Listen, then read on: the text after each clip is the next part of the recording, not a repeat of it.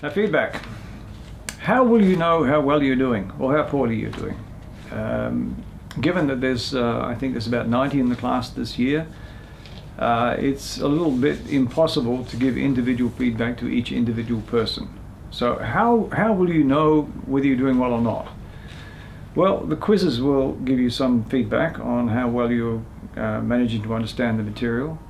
The class discussions will give you feedback, even if you don't necessarily participate in them.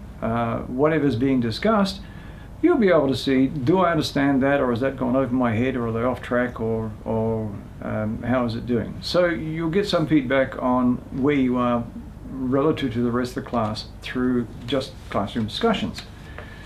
Similarly, in the peer reviews, you'll get some information there. Now, marks, the marks are given in your grade book, and they keep accumulating through the term. So you'll know throughout the term how many marks you've got and how you're tracking. Marks, comments and feedback for the major assignment, that will be done just as soon as I can once the assignment's handed in.